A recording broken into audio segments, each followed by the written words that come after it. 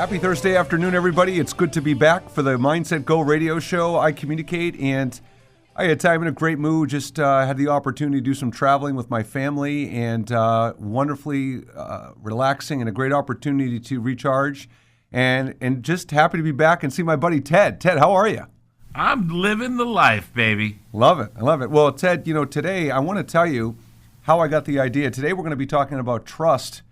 And I want to tell you, as I go through my week every week, I always think to myself, I try to be very observant and say, what am I going to talk about this week? And I was in a Firestone dealer getting my tires changed the other day, and there was this big sign. I took a picture of it in the dealership, and it said, this location has worked 249 days without an injury and has worked 97 days without an incident. So I'm staring at this sign, and I'm like, wow. So they're basically telling me I should trust them because of their track record and precedent of not having injuries and incidents. And I said, isn't that interesting? That's a very savvy method of persuasion and influence. Yes. And so I said, boy, that's a big word, that trust word. It covers a lot of ground. Right? And so I thought I'd start off the show today by really posing a question. How do you prove trust?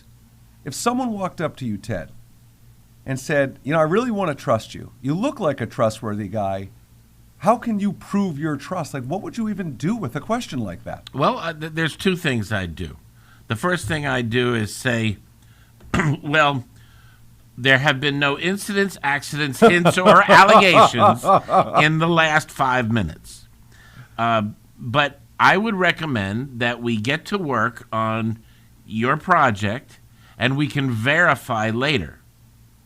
Well, because trust, what did Ronald Reagan say? Trust but verify? Mm-hmm. That's a very old expression from the old world. Mm-hmm. And we can trust each other, and we need to trust each other in order to accomplish anything.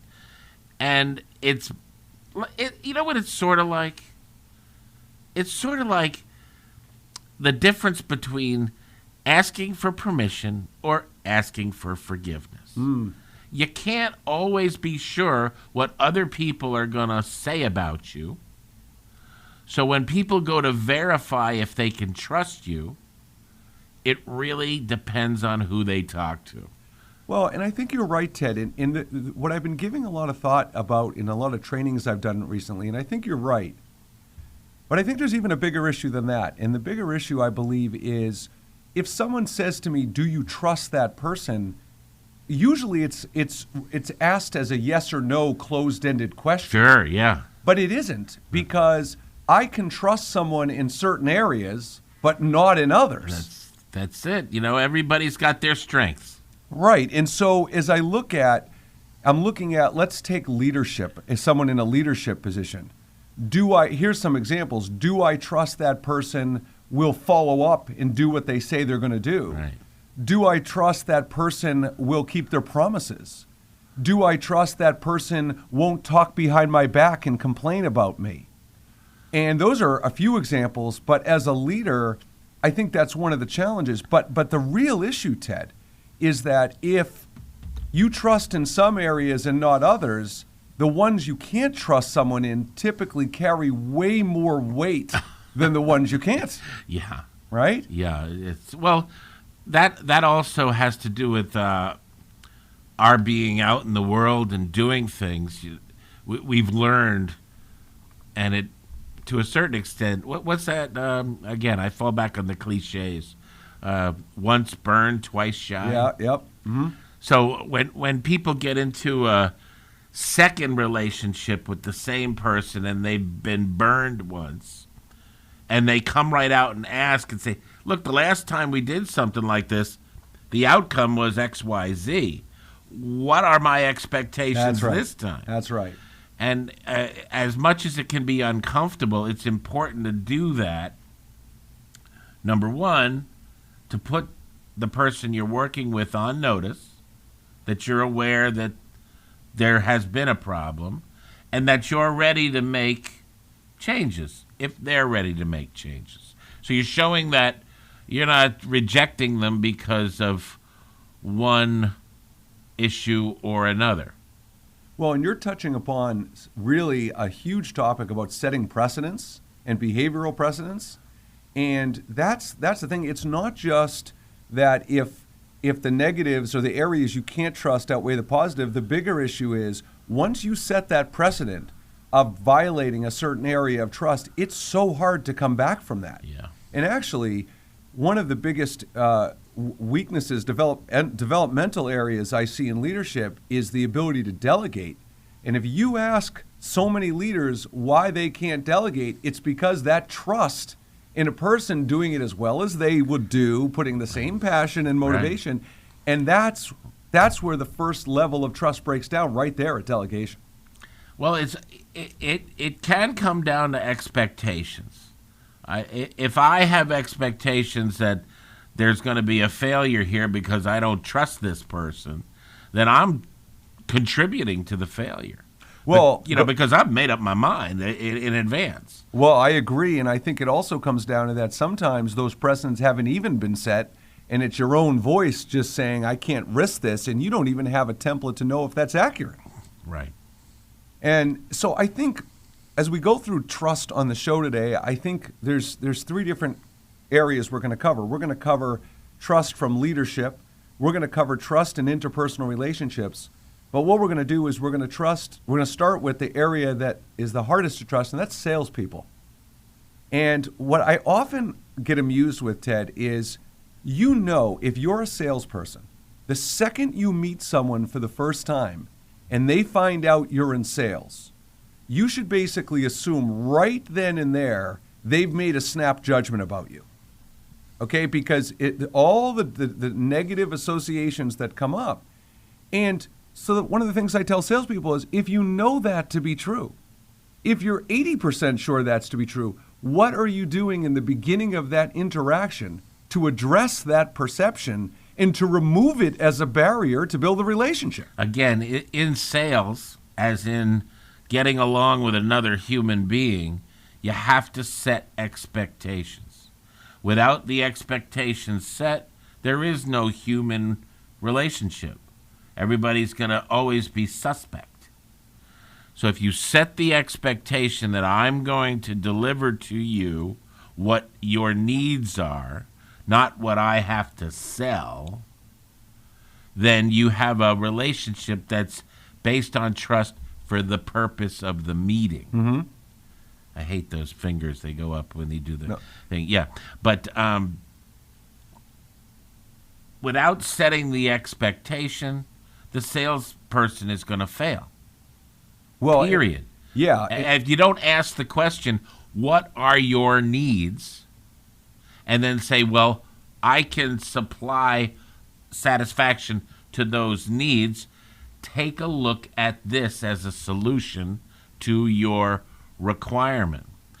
I went into a sales meeting one time, and I was supposed to speak to young people about selling. And one of the young men said to me, well, how do you know whether a customer needs your product or not? And I said, look, we don't have enough time in this meeting to get you all the way around the circle to be able to determine who is a valued customer and who isn't. You shouldn't go into this meeting thinking that it's all on you. They need you. They need what you've got, or you wouldn't be there. Well, and I think what you're talking about, Ted, I'm talking also about well even before that. So, for example, for our listeners, when you talk about, actively listening and doing needs assessments and setting those expectations, as Ted's saying, those are really important. But it's that initial impression, that initial interaction where let's take it out of sales for a moment, okay? So if you're meeting someone for the first time and you know that that person has baggage or that person has perceptions of who you are or who you might be, you've got to address them. And so this is what's hard for a lot of salespeople. And we see this a lot in networking events too, where so many entrepreneurs and professionals rely on networking as a way to grow their business. And so when they walk into a networking event and they've got their name tag that says John Smith, wealth manager, The second I walk up to you and see that name tag, then I'm making a snap judgment. And how do I combat that perception? Well, what's the perception?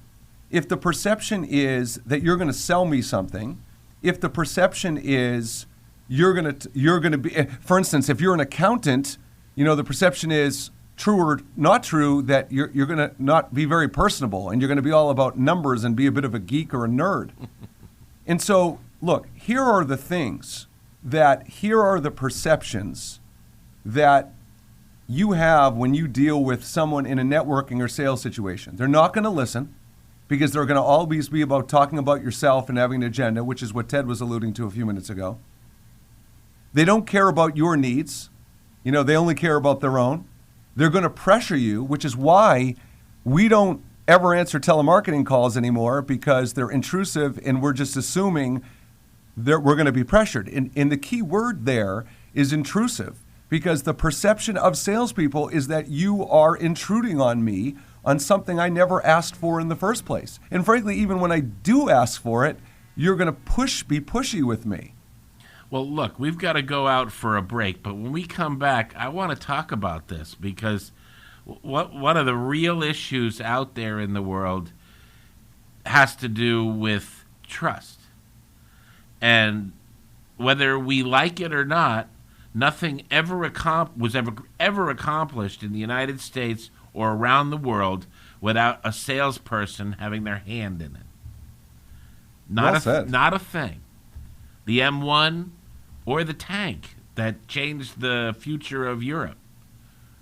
But don't let me. No, I think that's a great point. And all right, so we'll be back right after the break. Continue talking about salespeople earning trust. This is Mark Altman. We'll be right back. Good to have you here on a Thursday afternoon. And so I want to continue where we were about that elephant in the room concept. And another area we see it is if you're having an interaction with someone and they're consumed by price and how much something's going to cost, and you ignore or try to avoid the topic, they're consumed with that, and it's distorting the rest of your message and what you share with them, and has to be addressed. So the question is how, right? So how do you combat that initial perception people have that you're going to be salesy, you're going to be pushy, you're going to be high pressure? And to me, the best way to do it is to do two things. One, share your core values. And let me give you an example of something I say, and this is authentic, because it has to be authentic, because people can see through it, right? So Ted, this is when I first meet people on cases in that kind of interaction, I say, look, here's 3 things you can count on from me. Number 1, I will not waste your time. I don't like when people waste my time, so I won't waste yours. Big perception, people are very sensitive to time, right? Oh, yes. The second thing I'll say is I won't sell to you. Again, I don't want people to sell to me, so I won't sell to you. You won't have that high pressure stuff from me. And the third thing I say is I'm not getting any commission. Okay, so I don't have a specific agenda to sell you a specific product or service or so on and so forth. So what's the word I'm trying to think of? Independent. I have no affinity towards something. I'm trying to think of the word.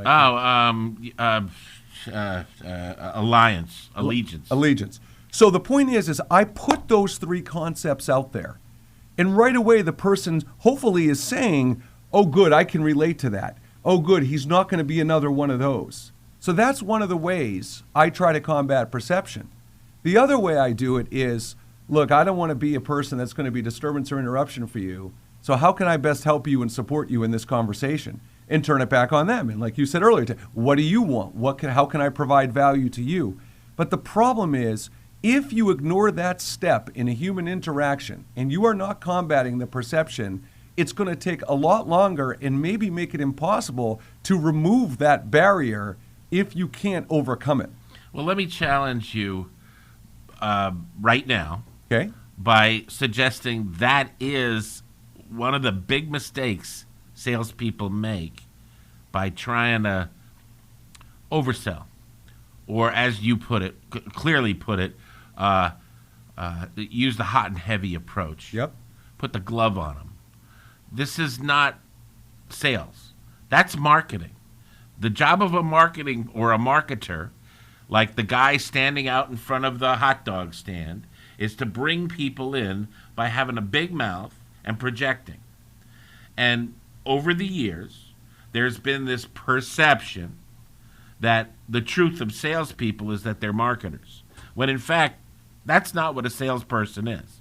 A salesperson is someone that has your interests first, and then can reach in their bag and provide you a solution from what they know will work. Well, and not only do I agree, Ted, but I will tell you, to support what you're saying, that take a guess what the number one reason why. I mean, I gave you a bunch of most common reasons, but what do you think the number one reason is why people don't trust salespeople? Oh, because they've been burned before. Oh, that's experience. Well, that's a great answer. That's actually a great answer. But where I was going was they're biased. Their bias is based on their experience, exactly. Of course. So, yeah, and I guess what I'm trying to say is that and I said this before when we started off, you don't want to be your own enemy. If you're the salesperson and you go in there and agree that these perceptions are valid, then you are adding to the problem. I believe in confrontation. It's worked for me. But, what did Hunter S. Thompson say? I don't think I could say that on the air. But, the point is that you have to be willing to confront these things and not accept them. Well, so one of my favorite questions, Ted, to establish trust and expertise is, let's say I go into an Apple store in the mall, and I will start asking them questions to compare to Samsung and so on and so forth. And I'll say, all right, and people always are so perplexed when I ask this question. I'll say, all right, if you were me, give me some reasons why I shouldn't buy an Apple product right now. And they look at me like, well, wait, I'm only supposed to tell you the reasons why I should, not why I shouldn't. Right. And I think I asked that question because I think it's so critical and essential that if you're going to remove the bias and the perception of the bias, absolutely, you have to be able to speak to now that person in the Apple store is an order taker. They're not a salesperson. A salesperson is going to welcome that kind of confrontation and say, let me tell you, let me show you, come on over here. Yeah, and so I think it's, as we go through the trust discussion today, so much of this step of recognizing the bias, recognizing people have been burned, recognizing people are expecting to be pushy, so much of that is a mindfulness. It's an emotional intelligence that when you begin an interaction with people, your body language, your listening, your word choice, how are those things going to play out to changing that perception and laying the groundwork for an effective relationship? Yeah. And I think a lot of the time, one of the really nasty things that weave in with this is attention span. And short attention span theater these days. Right? And so that's another perception. Right. And that actually works the opposite, because I find a lot of salespeople will get on the phone with prospects and clients and they're rushing because they're so happy to get someone on the phone. Right. It goes the reverse. They want to get to it, right. Right? Yeah. And so I think those things, that mindfulness element and in an emotional intelligence, to know that those are critical factors in building the relationship. And in networking, Ted, the point I was going to make is that when you're at that event, part of sharing your core values and not being a salesperson also differentiates yourself from everybody else in the room that's introducing themselves. So it can be a double benefit where it's addressing the elephant and it's differentiating you so not sound like everybody else. Right. Well, being able to confront the prejudice or prejudgment and reduce it to the ridiculous has always worked for me. Let me give you an example. Mm-hmm. When I walk in and I've got an appointment and I sit down and the person starts off immediately by saying, look, I don't want to buy this or buy that or buy that. I stop and I say, excuse me, sir. Did I bring a used car parking lot with me? Because, I'm wearing a $700 suit, $200 shoes, and it really doesn't make any difference how I present myself if you've decided that I've got a used car for you outside. And it usually the person laughs. They say, "Oh, I'm sorry. You're absolutely right. Let's talk about what we're here to do. Let's get to the agenda." So the customer or potential customer moves you to the next step. It wasn't your idea to move to the next step. They move to the next step. And it should always be like that. You're like a waiter in a restaurant. You don't, bring the hot dog over and shove their face in the hot dog. You say, "Would you like your hot dog now?" Well, and Ted, it's funny. I brought up that Firestone sign, but I was in Wegmans, and I also the cashier I had was so painfully slow, and I was getting really irritated. And then as I got to my turn in line, on her name tag, it said, "Please be patient, I'm new." And I thought to myself, that's elephant in the room. You're going to be frustrated that I'm slow, so I'm just going to tell you why I'm slow. And I just feel like, this, are you familiar with Cialdini's 6 Principles of Influence? No, lay it on me. So Cialdini's Principles of Influence, it includes authority and scarcity and reciprocity and things like that. But the point I was making is that there's an understanding as an influence tactic that if you think someone is thinking something, you have to address it proactively before it comes back to bite you. And I feel like whether it's Firestone or Wegmans or whatever, this combating of perception now in the room is in place everywhere we look. Look, yeah. Ted, remember one of the best examples, Saturn. Remember the car Saturn? Yeah. They were one of the first dealerships that came out and said, no haggle. No negotiation, right. No haggle. Here's the price. Here's the price. So that was them saying, look, we understand that everybody hates negotiating at car dealerships and the haggling. We're going to address the elephant in the room. We're taking that out of the mix. And here we are. They were on the cutting edge of that, frankly. They were. Their method of selling was refreshing. I remember when it came out. But here's the thing, Ted.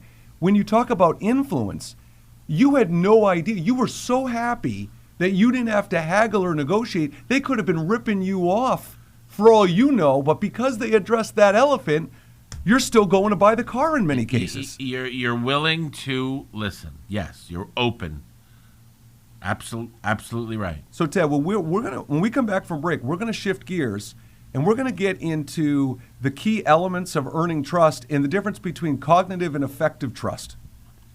So, it's very important as we understand that, talking about this in salespeople, we're going to focus also just on interpersonal relationships and what those fundamental elements of trust are, because at the end of the day, regardless of whether you're in a relationship with a significant other, a family member, a coworker, a leader, a prospect, it's all the same critical elements that matter in earning and maintaining. See, that's the key word. It's earning it, but maintaining the trust. And that's where integrity and follow-up comes in. So when we come back, like I said, we'll talk about that cognitive affective approach, and we'll talk about some of the key elements to building those interpersonal relationships. This is Mark Altman for the MindsetGo Radio Show. We'll be back after the break. Okay, welcome back to the MindsetGo Radio Show. Good to be back. And, we were talking on the first half of the show about different ways salespeople can begin an interaction in a relationship by combating perception and addressing that elephant in the room. But we're going to shift gears now, and we're going to get really into the nuts and bolts of trust, the concept of trust itself. And Ted, basically, trust in a very high level comes down to 2 components, and that's cognitive trust and affective trust. And cognitive trust really comes down to knowledge, skills, experience. How confident I am that you can deliver for me based on your track record of knowledge, experience, and skills. And, an example of that is when you go to a doctor's office. Let's say you go to your regular doctor, and your doctor says, you know what, Mark, you're going to need knee surgery. That's what you're going to need to do. Well, most of us are going to say, well, I've been going to that doctor for 10 years. He or she's done right by me. So you know what? I guess I better get that knee surgery. Right? And that's where an example of cognitive trust. Okay. And I think one of the issues here before I get into effective trust is that, a lot of people who are listening to the show are going to say, well, no, I would get a second opinion. But even the second opinion is still based on cognitive trust, right? Right. Because you're going with a doctor's level of knowledge and experience. Right. And it's still going back to compare with the first. That's right. That's right. And still, the first one's going to be the leader until proven otherwise, right? Trust me. And then another example when I talk about cognitive trust is when you get a referral from someone. So you say to me, hey, Mark, I'm looking for a good pediatrician. And I say, oh, well, you got to go to Dr. Jones. And so a lot of us will just take that at face value because I must be some authority on great pediatricians. For some reason. Right? So that's cognitive trust. But then there's effective trust. And what's sneaky about effective trust is that is really from the heart. It's based on emotions, closeness, friendship, and it's really based on a vibe and a gut instinct of that person. And effective trust is very tricky because those of us who say, I go on instinct or I go on emotion, we're quick to second guess ourselves when it doesn't work. Right? So you lend yourself to saying, well, I have a good instinct. And then when it doesn't work, you'll say, oh, God, why did I do that? Or why did I trust my instincts? And that creates a real problem because if you don't have that template for how you're learning to trust people or not, you really can create a lot of stress and anxiety for you on whether to take that gut instinct. Yeah, but before we had a highly litigious society, most of the trust issues came up in the financial services industry.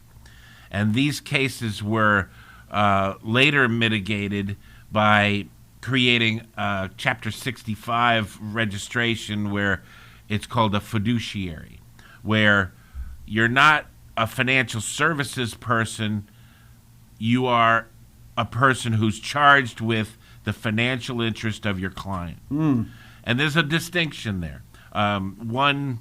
The first one, where you're just a financial services person, it's whether or not the customer qualifies for the product. Whereas a fiduciary is required to be sure that the product's appropriate and functional for the customer. So that distinction was worked out and placed into regulation in the financial services business. Interesting. Other industries have tried similar things. Back in the 40s and 50s, we had the Good Housekeeping Seal of Approval. Now, most people, the older people who are listening, which is all of us, understand or remember the ding, housekeeping. And it gave people a certain sense of trust. Well, Ted, I think you're really onto something there because it's not only the Good House, it's the Better Business Bureau, it's the Good Housekeeping, it's Yelp reviews, and let's face it, we really, when we look at things like that for proof of concept or what you said earlier in the show, it's proof with verification, right? That's it. Right? So when we do that, we're trusting blindly that whoever gave us these reviews or whoever gave us the good seal are people that are experts and reliable when we really don't have a basis for that.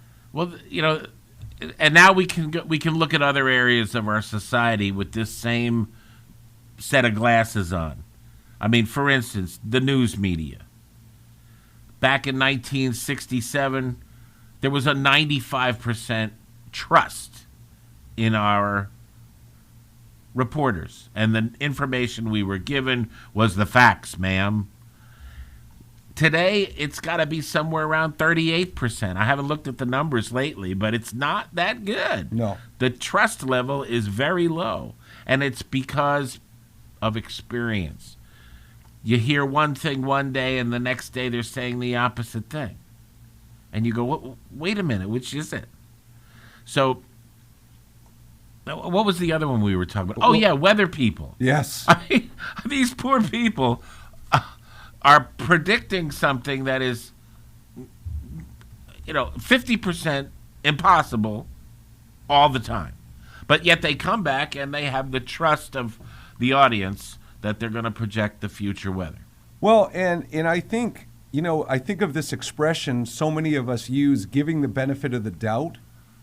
And what's interesting about that expression is, I think if you say that, if you say you're giving the benefit of the doubt, are you doing it without a inner expectation of waiting for failure? Good.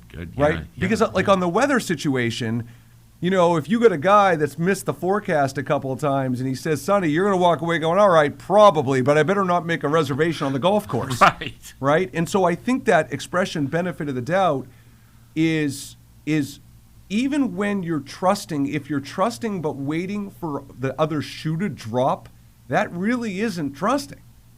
And when I think of effective versus cognitive trust, in a leadership realm, effective trust depends on a mutual commitment of a relationship, whether it be empathy, listening, asking for feedback, things like that. And on the effective side, that's where I think leaders really struggle because they rely on the cognitive side to get it done, but things have changed so much. It's the effective side of trust that needs to be developed on leadership. Right. Yes, you have to, absolutely right. Now, I have to tell you a very brief anecdote, Ted. We're talking about trust. So in my first company, one of the services we provided was printing and mailing water bills, tax bills, electric bills for government, utilities, and things like that. And I'll never forget, the town of Mansfield, Massachusetts, was the only customer I had that on their real estate tax bill, they actually printed where the tax money goes. Said 10% goes to schools, 15% to fire and police, blah, blah, blah, blah, blah. Got it. And I remember thinking to myself, nobody trusts that tax money is spent appropriately or wisely. So if government would say, look, all this tax money you're complaining about paying, let me be transparent with you. Let me just put it out there. Goes to this. If people could be convinced that their tax money was going the right places, I think most people would be comfortable paying those taxes. And I think the transparency that the town of Mansfield had, how much you could glean from that, I don't know, but it was a start. And whether it's weather, politics, paying taxes, the news media, you name it, everywhere we look, we don't trust. And in building that trust back, it's one thing not to trust, but to earn it back and to rebuild someone's trust is a huge undertaking in many cases. Well, can I tell you how I do it? Please, I would love it. I ask very pointed questions, and I do it so slowly that it is mind-numbing. And I do it for a purpose, because if I find the person obfuscates in any way or diverts the conversation away from my direct question, then that's one check off the trust list. Number one, do they obfuscate when I ask a direct question? If they do, then in their mind they have another agenda than the one we share.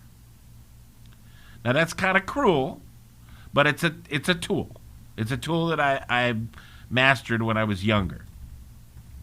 Another one is to if it's a woman, look her in the mouth, because if you look anywhere else, she's going to think you're trying to mesmerize her. Talk about perception. Yes, right. And if it's another man, then you look them directly in the eyes and you ask questions that will tell you by their eyes where their mind is going. Now, people used to say, oh, he's got shifty eyes, beady, shifty eyes. Ooh, why is that? Well, that's because the person's trying to figure out the next thing they're going to say. They're not focused on what you're saying. And that's another thing. And with a woman, when she puts her lips forward, makes like a pursed look, like not like a kiss, but like sort of like just having difficulty with the information. Yeah. If a smile is in that pursed lips, then they're already thinking about the next thing they're going to say, and they're not thinking about what you're trying to communicate. What if you're smiling in response to what they are communicating? Well, that's a different thing. Usually there'll be some physical movement or an expression of in some form a laughter, some sort of release. Well, I have to tell you, Ted, that this avoiding answering the question asked, so funny to me, because if I actually put a hash mark and kept track on a daily basis of how often I asked someone a question and they didn't actually answer the question I asked, it's insane. And so I often chuckle when that happens. I'm like, you're either not trustworthy or you're just a terrible listener. I don't know what it is. It's got to be one of the two. Well, let's figure that out when we come back. Fantastic. Okay, so this has been the Mindset Go radio show. I'm your host, Mark Altman, founder of Mindset Go. We will be back for our final segment right after the break. Okay, welcome back. Right before we went into break, we were talking about, Ted had brought up, do they avoid answering the question asked? And I'm gonna now give you a secret right now. I'm gonna give you my list of questions that will help you determine if you are or have a trustworthy leader. Excellent. So the first one is, do people constantly question the expectations you have of them? And to me, Ted, if those, we talked earlier in the show about setting expectations. And so if you don't make those expectations clear, then why aren't you making them clear? It creates suspicion. If you don't define the terms, how can you trust? Right. So that's the first one. And so if you're sitting there listening to the show and you're thinking about if you're a manager or if you're managed, ask yourself, am I clear on what my expectations of me are, or am I clear on what my expectations of others are? And what I find, Ted, a lot of times in corporate America is there's so many unspoken expectations that if I take a job, I have my job description, so that's allegedly what the expectations are, but there's so many others, and if there's an ambiguity around that, that creates a real lack of trust. Oh, yeah. Second one is, would you be described as someone who is reliable? Now, reliable is another one of those big words, what defines reliable? Well, to me, it doesn't mean perfect.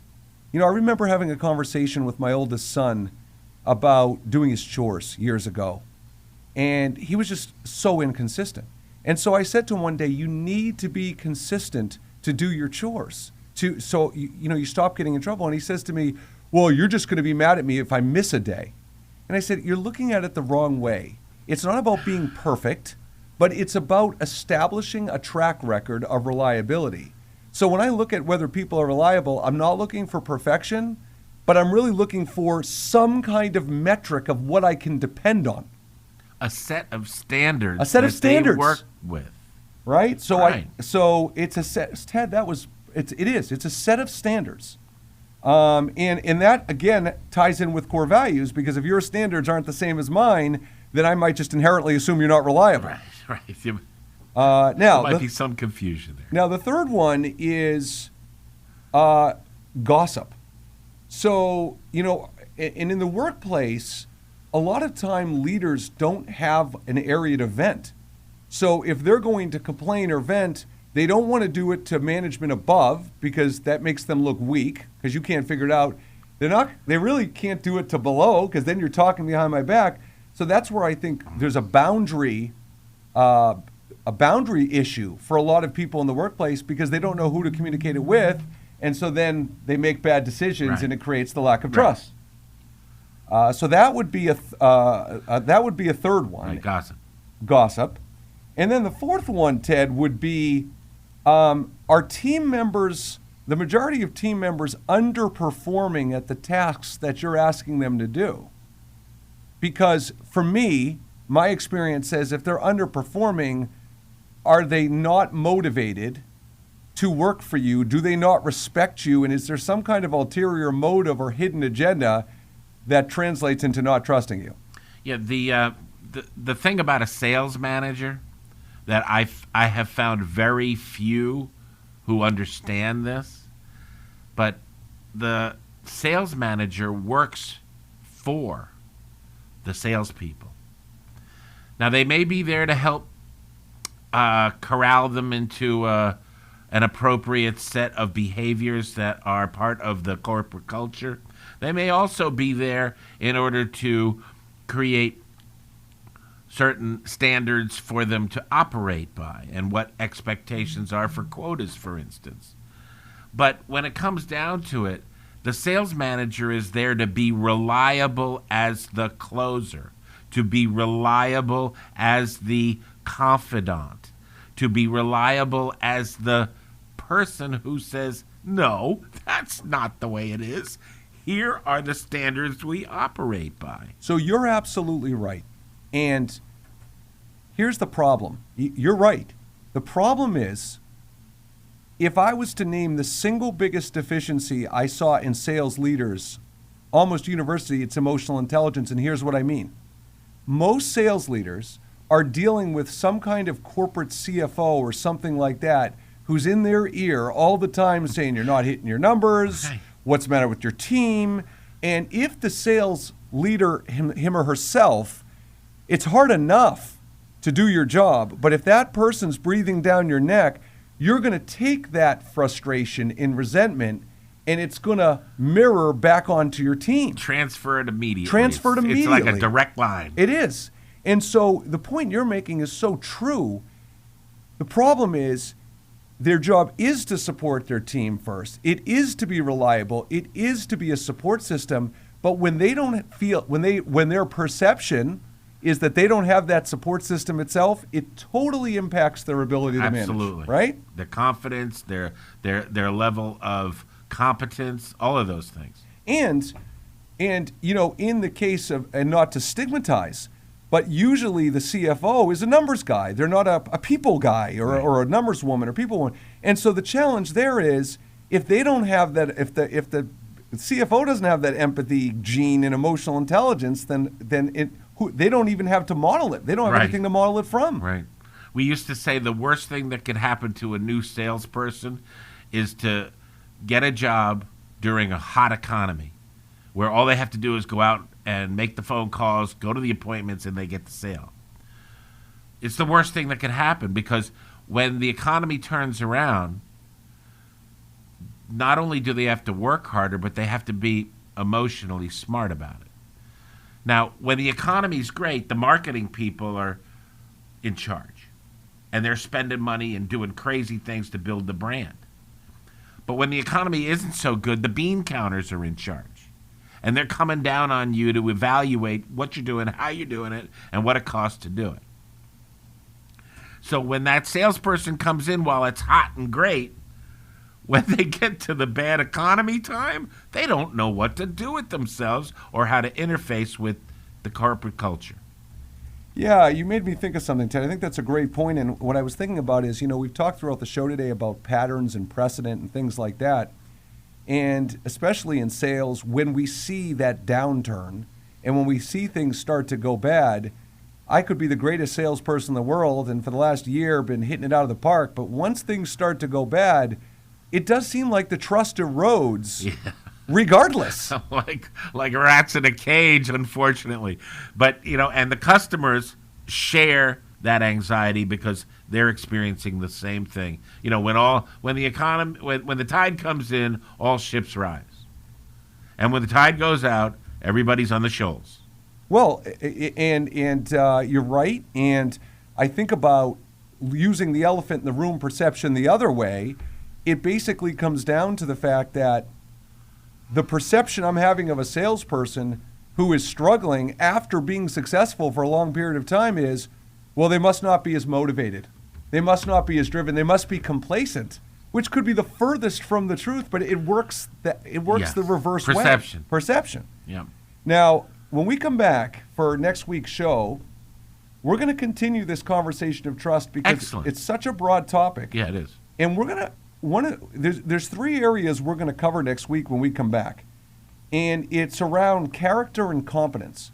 And we're going to talk about results. So, again, proof. So the results, reputation, credibility, and your performance. How do you establish those things? We know there's testimonials, we know there's references and things like that, but how can you prove results? Integrity, big word, means a lot of things. How do you prove integrity? And then lastly, it's intent. Are you transparent? Are you open? Will you embrace other perspectives? Are you caring? So next week's show, we're going to continue and really expand into the leadership realm and how those components play into being an effective leader and being an effective up-and-comer for future generations. Trust me, we'll be here. Love it, Ted. Love weaving that word in, trust. So, hey, listen, thank you so much for joining the show. If you have any questions or want to continue the conversation further, or like to talk to us about doing some leadership or sales training for your company, certainly reach out. My name is Mark Altman. The company is MindsetGo, mindsetgo.com. And we look forward to hearing from you, and otherwise have a great rest of the week. What's the best way to contact you? What's the phone number? It's 978-793-1159. What's that number again? 978-793-1159. And your website? Website's MindsetGo, and you can reach us at info@mindsetgo.com. Terrific. Ted, thanks again for your help and wonderful insight and feedback. We will see you next week. I'm thrilled to be here with you, buddy. Thank you.